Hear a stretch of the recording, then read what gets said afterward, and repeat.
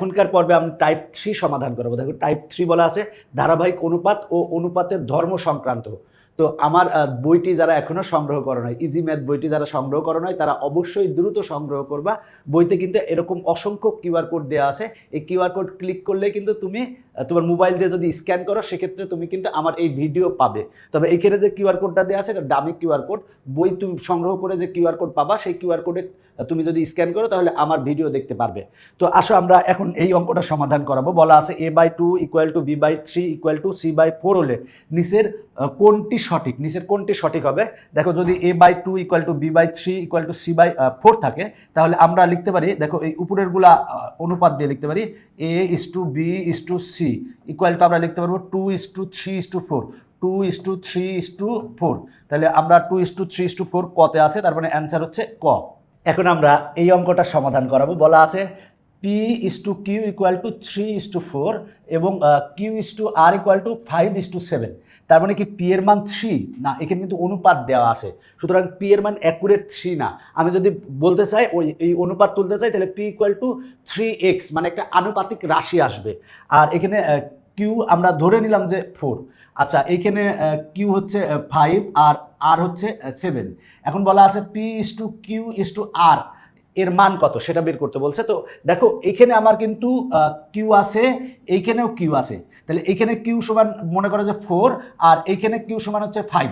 তাহলে আমরা এই দুইটা যদি এক করতে পারি তাহলে কিন্তু p/q/r আমরা লিখতে পারবো। তাহলে যদি আমরা এক করতে চাই তাহলে দেখো এখানে আছে 4, এখানে 4 আছে, এখানে 5 আছে। তাহলে এই দুইটা যদি এক করতে চাই তাহলে 4 আর 5 যদি এক করতে চাই তাহলে মানে আমরা এই দুইটা যদি এক করতে চাই তার মানে এইটাকে আমরা 5 দ্বারা গুণ করব, এটাকে আমরা 4 দ্বারা গুণ করব।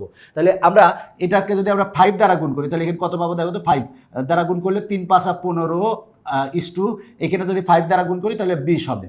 আর এখানে আমরা পাবো, দেখো 4 দ্বারা যদি গুণ করি তাহলে এখানে 5 আর 4 গুণ করলে হবে 20 অনুপাত। আর 7কে যদি আমরা মানে 4 দ্বারা গুণ করি তাহলে 4×7 = 28। তাহলে দেখো এইখানে দেখো আমার কিউ সমান আমরা 20 পেয়েছি, এইখানেও আমরা কিউ সমান 20 পেয়েছি। তাহলে এখন আমরা লিখতে পারি p/q/r = মানে p/q/r = কত লিখতে পারবো? তাহলে দেখো 15 এখন দেখো এখানেও 20 আছে কিউ, এখানেও 20 আছে, তাহলে আমরা 20 লিখতে পারি। আর আর সমান কত? আর সমান হচ্ছে 28। আর সমান হচ্ছে 28। তাহলে p/q/r এর সমান মান কত হবে? তাহলে 15:20:28। 15:20:28 কিন্তু ঘতে আছে, তার মানে অ্যান্সার হবে ঘ। এখন আমরা এই 39 নং অঙ্ক সমাধান করাবো। এই অঙ্কটা কিন্তু আগের অঙ্কটার মতোই, একই অঙ্ক। তো দেখো এখানে a/b = 3:4 আর b/c = 6:7 হলে a/b/c সমান কত? তো আমার দেখো এখানে b দেওয়া আছে, b সমান কত দেওয়া আছে? দেখো b সমান এখানে কিন্তু 4 মনে করো, 4 b সমান 4 মনে করে নাও। আর এখানে b সমান কত দেওয়া আছে? 6 দেওয়া আছে। তাহলে এখন আমরা এইখানেরটা এবং এইখানেরটা, এখানে b সমান দেওয়া আছে 4, এখানে b সমান দেওয়া আছে 6, এই দুইটা যদি এক করতে পারি তাহলে কিন্তু আমরা a/b/c লিখতে পারবো। তাহলে এক করতে হলে আমরা কি করব? এই 4 আর 6 এইটার আমরা লসাগু বের করব। লসাগু যদি বের করতে চাই 4 আর 6 তাহলে 2 দ্বারা যদি ভাগ দেয় তাহলে এরম আসে মানে 4 দুগুণে 2 দুগুণে 4 আর 3 দুগুণে 6 এটা আসে। তাহলে লসাগু কত হবে? 3 দুগুণে 6 আর 6 দুগুণে 12। তার মানে লসাগু হবে কত? লসাগু হবে হচ্ছে 12। তার মানে আমরা এইখানেও 12 তৈরি করব, এইখানেও 12 তৈরি করব। তাহলে এখানে 12 তৈরি করতে হলে কি করব? তাহলে 6 ভাগ যদি 4 লিখি তাহলে 3, তার মানে এখানে আমরা 3 দ্বারা গুণ করব। গুণ করার সময় কিন্তু আমরা দুইটাকেই গুণ করব। 3 3 9 3 দ্বারা গুণ করলে 3 4 12। আচ্ছা, এখানে আমরা তাহলে কত দ্বারা গুণ করব? যেহেতু 12 বানাবো তাহলে 12 ভাগ 6 সমান আসে কত? 2। তাহলে 2 দ্বারা গুণ করব। তাহলে 6 দুগুণে 12 আর 2 দ্বারা গুণ করলে 7 দুগুণে 14। তাহলে দেখো এইখানেও আমরা 12 তৈরি করছি, এইখানেও আমরা 12 তৈরি করছি। তার মানে আমরা b সমান এখানে 12 পেয়েছি, এখানে b সমান আমরা 12 পেয়েছি। তাহলে আমরা কি লিখতে পারবো? a সমান কত? 9। তাহলে আমরা লিখবো 9:2। এবার b সমান কত? b সমান হচ্ছে 12, এখানেও 12 আছে, এখানেও 12 আছে, তাহলে আমরা 12 লিখবো। আর c সমান কত? দেখো c সমান আমরা পেয়েছি এখানে 14। তাহলে দেখো আমরা প্রথমে 9 লিখছি, তারপরে 12, এখানে 12 হবে /14। দেখো /14। তাহলে আমার অ্যান্সার কত হবে? a/b/c = কত? 9:12:14।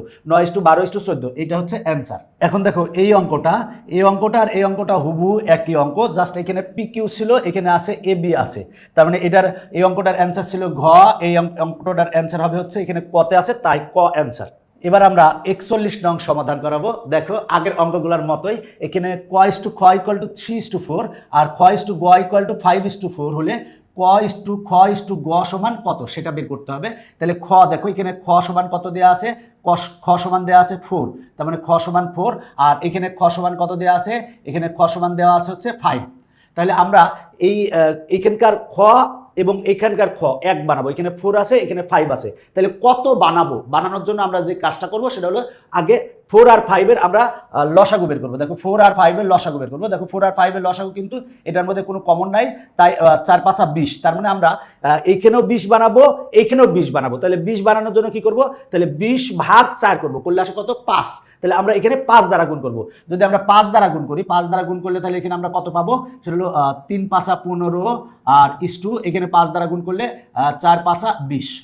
এবার এইখানে আমরা কত দ্বারা গুণ করব, একই রকম, সেটা হলো যে 20 ভাগ হচ্ছে 5, তাহলে কত আসে 4। তার মানে আমরা 4 দ্বারা এখানে গুণ করবো, তাহলে 4 5 20 আর ইস্টু 4কে 4 দ্বারা গুণ করলে হবে 16। তাহলে দেখো এই খ সমান এখানেও 20 পেয়েছি, আবার খ সমান এখানেও 20 পেয়েছি, তাহলে আমরা ক সমান কত পেয়েছি, 15 পেয়েছি। তাহলে ক ইস্টু খ সমান কত পেয়েছি, এখানেও 20 পেয়েছি এখানেও 20 পেয়েছি, তাহলে 20 ইস্টু গ সমান আমরা কত পেয়েছি, গ সমান আমরা পেয়েছি 16, তাহলে 16 লিখবো। তারপরে 15:20:16, তাহলে দেখো 15:20:16 আছে কতে, তার মানে 41 এর অ্যান্সার হচ্ছে ক। এখন আমরা খুবই মজার একটা অঙ্ক করব। দেখো অঙ্কটা খুবই মজার এবং খুবই সহজ। আচ্ছা, 261টি আম 3 ভাইয়ের মধ্যে 1/3:1/5:1/9 অনুপাতে ভাগ করে দিলে প্রথম ভাই কতটি আম পাবে। তাহলে প্রথম ভাই কতটি আম পাবে সেটা হলো যে টোটাল আম কয়টা, টোটাল আম হচ্ছে 261। তাহলে 261 এর মানে তো গুণ, 261 এর কোন ভাই, যদি সেটা হলো যদি প্রথম ভাই বলে তাহলে উপরে হবে প্রথম ভাইয়ের অংশ, প্রথম ভাইয়ের অংশ হচ্ছে 1/3, আর ভাগ হচ্ছে অনুপাতের রাশিগুলোর যোগফল, এগুলো যোগফল, তার মানে 1/3 যোগ 1/5 যোগ 1/9।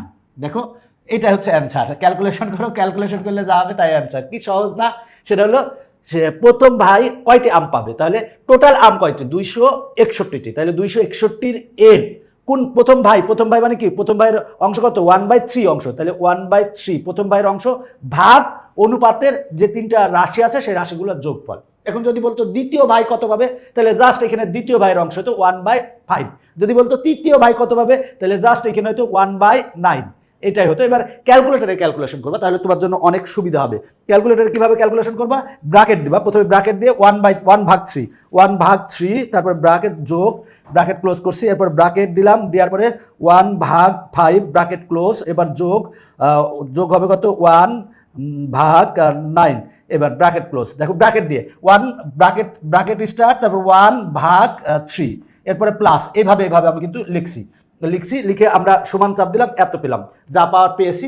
এবার যে কাজটা করবো সেটা হলো 1/3, তাহলে ব্র্যাকেট দিলাম 1/3 ব্র্যাকেট দিলাম, এবার এটা কিন্তু ভাগ আছে, তার মানে ভাগ কত হবে, অ্যান্সার দিলাম, এইটা আসলো।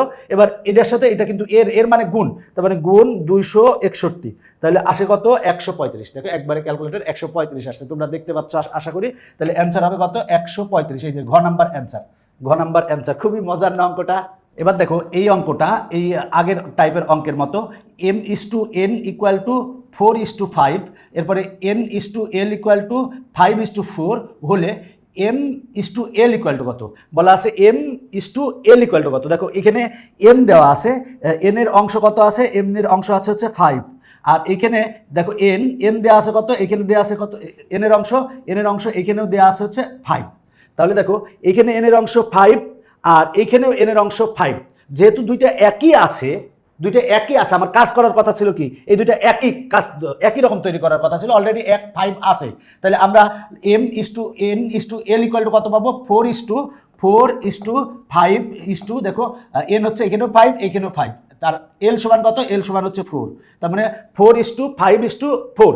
এখন বলা আছে m/l কত, তাহলে m হচ্ছে এটা হচ্ছে n আর এটা হচ্ছে l, তার মানে m/l কত, 4:4 হবে। তার মানে m/l কত হবে, m/l হবে হচ্ছে 4:4 কিন্তু এখানে নাই, তাহলে আমার একই রকম আছে কোনটা, এই জায়গায় 20 আছে, তার মানে আমরা এখানে 5 দিয়ে গুণ করতে পারি, তার মানে 4 5 20, 4 5 20 ইস্টু 20, তার মানে একই, এইটা হচ্ছে অ্যান্সার, এটা হচ্ছে অ্যান্সার। তুমি যদি এটার মতো বানাতে চাও তাহলে 5 দিয়ে গুণ করো, গুণ করলে অ্যান্সার চলে আসবে।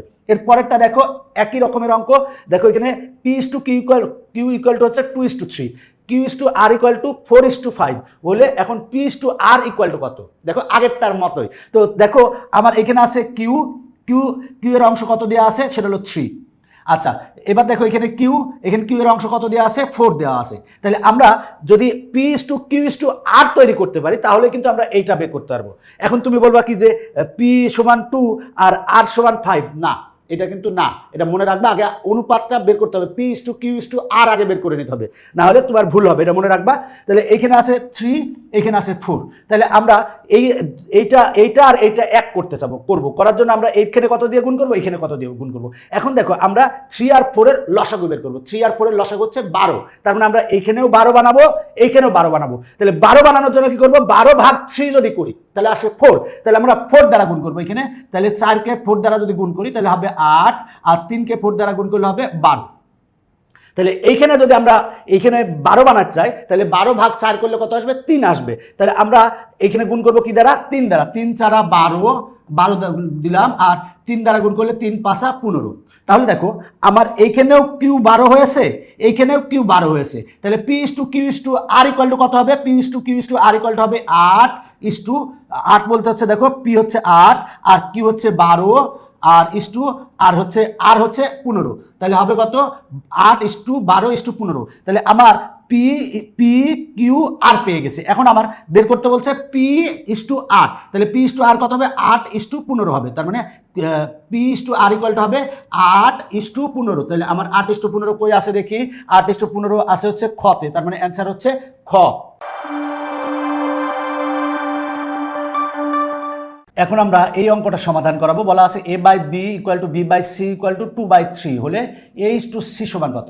তাহলে আমরা a by B equal to 2/3 লিখতে পারি, মানে a is to B equal to আমরা লিখতে পারি 2:3 লিখতে পারি। আমরা এইটা সমান যদি এইটা লিখতে পারবো, লিখলে আমরা পাবো a is to B equal to 2:3। আচ্ছা, B by C equal to কত লিখতে পারবো, তাহলে B by C equal to 2/3 লিখতে পারবো, তার মানে B is to C equal to আমরা লিখতে পারবো 2:3, এটা লিখতে পারবো।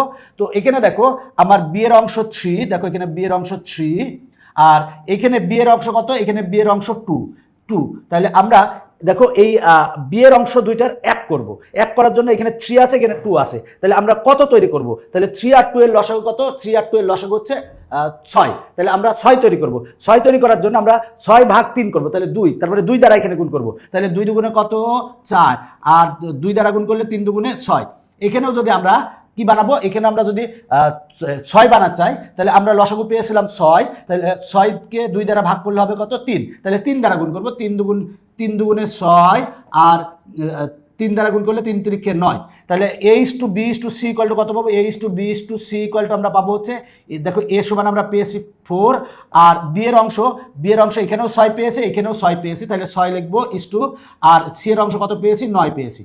এখন আমাকে বের করতে বলা হয়েছে a ইস টু সি, তাহলে a ইস টু সি কত পাবো, তাহলে a is to C equal to আমরা পাবো 4:9, তাহলে 4 আমরা 9 পাবো। তাহলে 4:9 কততে আছে দেখি, 4:9 গতে আছে, তার মানে অ্যান্সার হচ্ছে গ। এখন আমরা এই 46 নং অঙ্ক সমাধান করাবো, বলা আছে a is to B equal to 2:3, B is to C equal to 1:2 এবং C is to D equal to 3:2 হলে a ইস টু ডি কত, a ইস টু ডি বের করতে হবে। তবে এখানে আমার কিন্তু 4টা আমার কিন্তু রাশি দেওয়া আছে, তাহলে আমরা আগে a is to B is to C is to D বের করে নেব, বের করে নেওয়ার পরে আমরা কিন্তু কাহিনী ঘটাবো। তাহলে দেখো আমার a ইস টু বি সমান কত দেওয়া আছে, আমরা একটু লিখি, a ইস টু বি সমান আমার দেওয়া আছে হচ্ছে 2:3। আচ্ছা, এবার B is to C equal to কত লেখা আছে, B is to C equal to আছে 1:2। তো এখন দেখো এখানে বি সমান কত দেওয়া আছে, বি সমান দেওয়া আছে 3, আর এখানে বি সমান 1 দেওয়া আছে। তাহলে আমরা দেখো এখানে 3 আছে, এখানে 1 আছে, আমরা দুইটা একত্রিত করব, করার জন্য আমরা এখানে কত দ্বারা গুণ করব, গুণ করব হচ্ছে 3 দ্বারা, তার মানে আমরা এখানে তো 3 দ্বারা গুণ করি, গুণ করলে হবে কত 3:3 দ্বারা গুণ করলে 3 দুগুণে 6। এরপরে দেখো সি ইস টু ডি, তাহলে C is to D equal to কত, দেখো C is to D equal to আছে হচ্ছে 3:2, তো এখানে দেখো সি সমান কত দেওয়া আছে, সি সমান দেওয়া আছে 6, আর এখানে সি সমান কত দেওয়া আছে 3। তাহলে আমরা এখানে কি বানাবো, 6 বানাবো। 6 বানানোর জন্য কত দ্বারা গুণ করব, 2 দ্বারা গুণ করব। তাহলে 3 দুগুণে 6 ইস্টু আমরা 2 দ্বারা গুণ করলে 2 দুগুণে 4। এখন আমরা দেখো পেয়ে গেছি আমার সেই কাঙ্ক্ষিত বিষয় আমরা পেয়ে গেছি, সেটা হলো A is to B is to C is to D সমান তাহলে কত হবে, দেখো এর অংশ কত, সেটা হলো যে 2, তাহলে 2 লিখলাম ইস্টু বি এর ক্ষেত্রে আমরা কত, বি এর ক্ষেত্রে দেখো এখানে আছে 3, আবার বি এর ক্ষেত্রে এইখানেও আছেও 3, তাহলে আমরা বি এর ক্ষেত্রে 3 লিখলাম ইস্টু সি এর ক্ষেত্রে কত, দেখো সি এর ক্ষেত্রে এইখানে আছে 6, আবার সি এর ক্ষেত্রে আছে এখানেও 6, তাহলে 6 লিখলাম ইস্টু ডি এর ক্ষেত্রে কত, দেখো ডি এর ক্ষেত্রে এখানে আছে 4, তাহলে 4 লিখলাম। তাহলে আমার দেখো A is to B is to C is to D বের করে ফেলেছি, এখন বলা আছে এ ইস্টু ডি বের করতে হবে। তাহলে দেখো এ ইস্টু ডি আমরা বের করবো, তাহলে এ ইস্টু ডি ইকুয়াল টু কত, এর অংশ কত, এর অংশ হচ্ছে 2, তাহলে 2 লিখলাম, আর ডি এর অংশ কত, ডি এর অংশ হচ্ছে 4, তাহলে 4 লিখলাম। 2:4 কিন্তু অপশনে নাই, তো আমরা এটাকে আরো ছোট করতে পারি। যদি ছোট করতে চাই তাহলে আমরা 2 দ্বারা ভাগ করব, 2 দ্বারা ভাগ করলে হবে এখানে 1, আর এখানে 2 দ্বারা ভাগ করলে হবে 2, তারপরে 1:2, তার মানে ক অ্যান্সার। দেখো ক অ্যান্সার, কত সহজ না অঙ্কগুলো, আসলে প্র্যাকটিস করলে দেখবা এই অঙ্কগুলো অনেক সহজ। আর যারা এখনো আমার ইজি ম্যাথ বই সংগ্রহ করো নাই তারা অবশ্যই সংগ্রহ করবে। নবম দশম শ্রেণীর কিন্তু সকল বিষয়ের আমাদের সহায়ক বই আছে, বইগুলো সংগ্রহ করো, সংগ্রহ করলে অনেক ভালো হবে তোমার জন্য। আচ্ছা, A by B equal to C by D এর যোজন ধর্ম কোনটা, যোজন ধর্মের নিয়মটা হচ্ছে তুমি যে কাজটা করবা সেটা হলো যে এরকম ভাবে একটা দাগ দিবা, দেওয়ার পরে উপরে যা আছে তাই লিখবা, নিচে যা আছে তাই লিখবা। এবার নিচেরটা উপরে যোগ করাকে বলা হয় যোজন, একইভাবে এই পাশেও তাই, সি আর এখানে ডি। এবার নিচেরটা উপরে যাই যোগ করবো, যোগ করলে বলা হয় যোজন। তার মানে এটা হবে হচ্ছে যোজন ধর্ম। তার মানে আমরা যোজন ধর্ম কোনটা পাবো, A plus B by D আছে, তার মানে এটা না, A plus B by B আছে, আর C plus D by D আছে, তার মানে আমার খ অ্যান্সার। এখন আমরা 48 নং সমাধান করবো। A by B equal to C by D এর একান্তকরণ কোনটা। তো একান্তকরণ কোনটা আমরা যদি দেখতে চাই তাহলে দেখো এখানে বি আছে, এখানে সি আছে, আমরা যদি এই দুইটা ইন্টারচেঞ্জ করলে যা হবে সেটা হবে হচ্ছে একান্তরকরণ। তাহলে আমরা যে কাজটা করবো সেটা হলো এ, আর নিচে বি ছিল সেটা নিয়ে আসবো সি, আর ইকুয়াল টু এখানে সি ছিল নিয়ে আসবো হচ্ছে বি, আর এখানে হবে ডি। দেখো আমরা জাস্ট এইটাকে এইখানে নিয়েছি, এইখানটাকে এইখানে নিয়েছি, এইটা হচ্ছে একান্তকরণ। তাহলে এইটা আছে কোথায়, A by C equal to B by D, B by D আছে ঘতে, তার মানে ঘ অ্যান্সার। এখন তুমি যদি এইটা না করে এইটাকেও যদি করো, এইটার সাথে এইটা ইন্টারচেঞ্জ করো, সেক্ষেত্রে কিন্তু একান্তরকরণ হবে, যে কোনো একটা করতে হবে। তো আমরা এইটা ইন্টারচেঞ্জ করছি, এইটা কিন্তু ইন্টারচেঞ্জ করলেও একান্তকরণ বুঝাবে, ওইটা কিন্তু অপশনে নাই, তাই আমরা এইটা ইন্টারচেঞ্জ করছি, এইটা হচ্ছে একান্তরকরণ। এরপরে দেখো পরের অঙ্কটা বলা আছে অনুপাতের শর্ত। দেখো X is to Y equal to Y is to যদি এক্স হয়, দেখো X is to Y equal to Y is to যদি এক্স হয় তাহলে কিন্তু আমরা এক্স ইকুয়াল টু ওয়াই লিখতে পারি, এটা হচ্ছে সঠিক। এরপরেরটা দেখো X is to Y equal to M is to N হলে বলা আছে এত ইকুয়াল টু এত, এটা আমাকে প্রমাণ করতে হবে। তো দেখো এটা আমার অনুপাত দেওয়া আছে, আমরা যদি ভাগ আকার লিখি অনুপাত তুলে দিয়ে, তাহলে আমরা লিখতে পারি X by Y equal to লিখতে পারি এম বাই এন লিখতে পারি। এখন আমরা যদি যোজন করি, যোজন করলে আমরা কি পাবো দেখো, সেটা হলো এখানে কিন্তু যোজন করা আছে, যোজন যদি করতে চাই তাহলে উপরেরটা আমরা এখানে লিখলাম, আর নিচেরটা নিচে লিখলাম, নিচেরটা উপরে যোগ করলাম। আচ্ছা, এই পাশেও তাই, এমটা উপরে লিখলাম, নিচে লিখলাম, এবার এনটা উপরে যোগ করব, এটা হচ্ছে যোজন। দেখো এখন যদি আমরা এটাকে অনুপাত আকারে লিখি, তাহলে অনুপাত আকারে লিখলে কি পাবো, যেহেতু ভাগ আছে অনুপাত আকারে লিখতে পারি X plus Y is to Y লিখতে পারি equal to M plus N is to N লিখতে পারি। দেখো এইটাই কিন্তু এখানে আছে, তার মানে এটা হচ্ছে সঠিক। মূল কথা এখানে অনুপাত আছে, তাহলে ভাগ আকারে লিখো, লিখার পরে তুমি যোজন করে অনুপাত আকারে লিখো, লিখলেই কাহিনী খতম। এরপরেরটা দেখো 3 নম্বরে X is to Y equal to Z is to P হলে এইটা ইকুয়াল টু এইটা আমরা দেখি হয় নাকি। আমার ইস টু আছে, তাহলে আমরা ভাগ আকারে লিখতে পারি X by Y equal to Z by P লিখতে পারি। এখন যদি আমরা আর গুণন করি, আর গুণন করলে কি হবে, ওয়াই এর সাথে জেড গুণ করলে হবে Y Z equal to P এর সাথে এক্স গুণ করলে হবে কত, এক্স পি। তাহলে আমরা এইটা পাবো, দেখো আমরা এইটাই পেয়েছি, তার মানে এইটাও সঠিক। তার মানে আমার 39-এর 1, 2, 3 তিনটাই সঠিক, তার মানে ঘ অ্যান্সার। এখন 50 নং সমাধান করাবো। দেখো বলা আছে অনুপাত ও সমানুপাতের ধর্ম অনুসারে a/b = b/a হলে a/b, এটা কিন্তু সঠিক। কিছুক্ষণ আগে আমি বলেছি যে যদি a/b = b/a হয় তাহলে আমরা a = b লিখতে পারি। এরপরে দেখো a/b = c/d হলে বলা আছে ac = bd। অনুপাতের ক্ষেত্রে তুমি অনুপাত তুলে দিয়ে আর গুণন করলেও আসবে, অথবা তুমি এইভাবেও করতে পারো, এইটা আর এইটার সাথে গুণ হবে আর এইটা আর এইটার সাথে কিন্তু গুণ হয়। তার মানে আমার এখানে হবে কিন্তু BC = AD হবে, এখানে আছে AC = BD আছে, মানে এখানে নিয়ম কি এই দুইটার গুণ, মানে BC = হবে কত A আর D গুণ করলে হবে AD, এটা হবে। এখানে কিন্তু এটা নাই, তার মানে এটা হচ্ছে ভুল। এরপরে দেখো সেটা হলো যে এখানে বলা আছে A/B = 5/3, এখন বলা আছে এইটা এইটা হয় কিনা আমরা সেটা দেখি। দেখো ইস্টু দেওয়া আছে, আমরা ভাগ আকারে লিখতে পারি, তার মানে A/B = 5/3 আমরা এটা কিন্তু লিখতে পারি।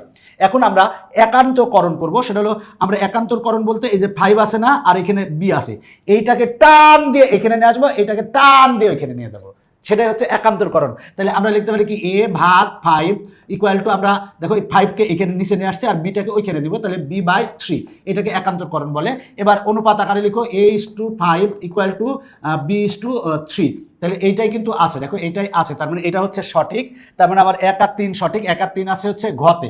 এই পর্বের শেষ অঙ্ক সেটা হলো 51 নং সমাধান করাবো। বলা আছে A/B = C/D, যদি হয়, যদি ইস্টু থাকে তাহলে আমরা ভাগ আকারে লিখতে পারি, তাহলে আমরা লিখতে পারি A/B = C/D লিখতে পারি। এখন বলা আছে এত একটি যোজন প্রক্রিয়া, তাহলে আমরা এটারে যোজন করব। যোজন করার নিয়মটা কি দেখো, উপরে যা আছে নিচে যা আছে তাই লিখো, উপরে যা আছে নিচে যা আছে তাই লিখো, জাস্ট নিচেরটা উপরে যোগ করলে সেটা হবে যোজন, নিচেরটা নিচে আছে D, তাহলে D উপরে যোগ করব, যোগ করলে সেটা হবে যোজন। দেখো আমার কিন্তু এইটাই আসছে, যোজন করে এইটাই আসছে, তার মানে এটা হচ্ছে সঠিক। এরপরে বলা আছে এত একটি যোজন প্রক্রিয়া না, এটা কিন্তু একটা যোজন প্রক্রিয়া না। তুমি যদি এইটার সাথে যদি এইটাকে উল্টায়ও দাও তাও কিন্তু এটা এরকম আসে না, যোজন প্রক্রিয়া কিন্তু এটা কিন্তু যোজন প্রক্রিয়া না, তার মানে এটা ভুল। এরপরে বলা আছে এত একটি বিয়োজন প্রক্রিয়া। বিয়োজন প্রক্রিয়ার ক্ষেত্রে কি হবে, জাস্ট আমার কিছুই না, বিয়োজন প্রক্রিয়ার ক্ষেত্রে আমার এখানে যে যোগ ছিল, এখানে যে আমি যোগ লিখছিলাম এই জায়গায় বিয়োগ লিখবো। বিয়োজন প্রক্রিয়ার ক্ষেত্রে আমরা উপরে যা আছে নিচেও যা আছে তাই লিখলাম, A/B লিখলাম, নিচেরটা উপরে যাই বিয়োগ লিখবো, নিচে এখানে D ছিল, D হচ্ছে বিয়োগ লিখবো, এটাকে বলা হয় বিয়োজন প্রক্রিয়া। দেখো এখানে যা আছে বিয়োজন করেও কিন্তু আমরা সেটাই পেয়েছি, তাহলে এত একটি বিয়োজন প্রক্রিয়া, এটাও সঠিক। তার মানে আমার সঠিক হচ্ছে 1 ও 3 নং, তার মানে খ অ্যান্সার।